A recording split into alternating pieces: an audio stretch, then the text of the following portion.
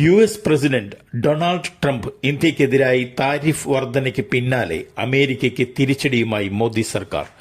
ഇന്ത്യയും യു.എസും തമ്മിലുള്ള 31,500 കോടി രൂപയുടെ ബോയിംഗ് കരാർ ഇന്ത്യ റദ്ദാക്കി. 2021 യു.എസ്. സ്റ്റേറ്റ് ഡിപ്പാർട്ട്മെന്റ് $2.42 ബില്യൺ വിലമതിക്കുന്ന 6 അധിക ബോയിംഗ് P-8I മാരിടൈം പെട്രോൾ വിമാനങ്ങൾക്കുള്ള കരാറിന് അംഗീകാരം നൽകിയിരുന്നു. ഈ കരാറാണ് ഇന്ത്യ റദ്ദാക്കിയത്.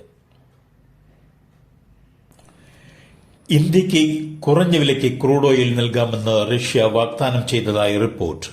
റഷ്യക്കെതിരായ യൂറോപ്യൻ യൂണിയൻ ഉപരോധവും യു.എസ്. താരിഫുകളും റഷ്യൻ ക്രൂഡ് ഓയിലിന്റെ ആവശ്യം കുറയ്ക്കുമെന്ന് ഭയന്നാണ് ഇന്ത്യയ്ക്ക് കുറഞ്ഞ വില വാഗ്ദാനം ചെയ്യാൻ റഷ്യ സമ്മതിച്ചത്. സംസ്ഥാനത്ത് വീണ്ടും സർവകാല റെക്കോർഡിലെത്തി സ്വർണ്ണവില. ഇന്ന് പവന് 560 രൂപ വർദ്ധിച്ച് 75,760 രൂപയായി. ഗ്രാമിന് 70 രൂപ കൂടി 9,470 രൂപയുമായി. ഈ മാസത്തെ ഏറ്റവും ഉയർന്ന സ്വർണ്ണ നിരക്കാണ് ഇന്ന് രേഖപ്പെടുത്തിയിരിക്കുന്നത്. കഴിഞ്ഞ 3 ദിവസം കൊണ്ട് പവന് 800 രൂപയാണ് വർദ്ധിച്ചത്. ഓഗസ്റ്റ് 1 ഈ മാസത്തെ ഏറ്റവും കുറഞ്ഞ സ്വർണ്ണ നിരക്ക് രേഖപ്പെടുത്തിയത്. സംസ്ഥാനത്തെ 14 ജില്ലകളിലും സബ് രജിസ്ട്രാർ ഓഫീസുകളിൽ വിജിലൻസിന്റെ മിന്നൽ പരിശോധന. പരിശോധനയിൽ വ്യാപക ക്രമക്കേട് കണ്ടെത്തിയതായി പുറത്തുവരുന്ന വിവരം. ഇടനിലക്കാരിൽ നിന്നും ഉദ്യോഗസ്ഥരിൽ നിന്നും വിജിലൻസ് സംഘം അഴിമതി പണം പിടിച്ചെടുത്തതായാണ് വിവരം. കൂടുതൽ പണം ഓൺലൈൻ വഴി കൈമാറിയതിന് തെളിവ് ലഭിച്ചെന്നും പറയുന്നു.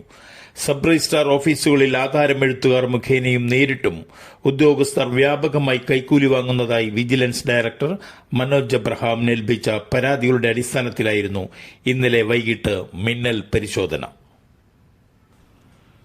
വോട്ടർ പട്ടികയിലെ വ്യാപക കൊള്ളയ്ക്കെതിരെ രാഹുൽ ഗാന്ധി തെളിവ് നിരത്തിയതിന് പിന്നാലെ കോൺഗ്രസ് പ്രത്യക്ഷ സമരത്തിന്. രാഹുൽ ഗാന്ധിയുടെ നേതൃത്വത്തിൽ ബാംഗ്ലൂരിലെ ഫ്രീഡം പാർക്കിൽ കൂറ്റൻ പ്രതിഷേധ റാലി നടന്നു. 100,000-ൽ പരം പ്രവർത്തകർ റാലിയിൽ പങ്കെടുത്തു. കർണാടക മുഖ്യ തെരഞ്ഞെടുപ്പ് ഓഫീസറെ നേരിട്ട് കണ്ട് വോട്ട് മോഷണം സംബന്ധിച്ച പരാതിയും തെളിവുകളും കൈമാറും. അതേസമയം വിഷയം കോൺഗ്രസ് പാർലമെന്റിലും ഉന്നയിച്ചു. ചർച്ച ആവശ്യപ്പെട്ട് ഇരുസഭകളിലും ഇന്ന് നോട്ടീസ് നൽകി.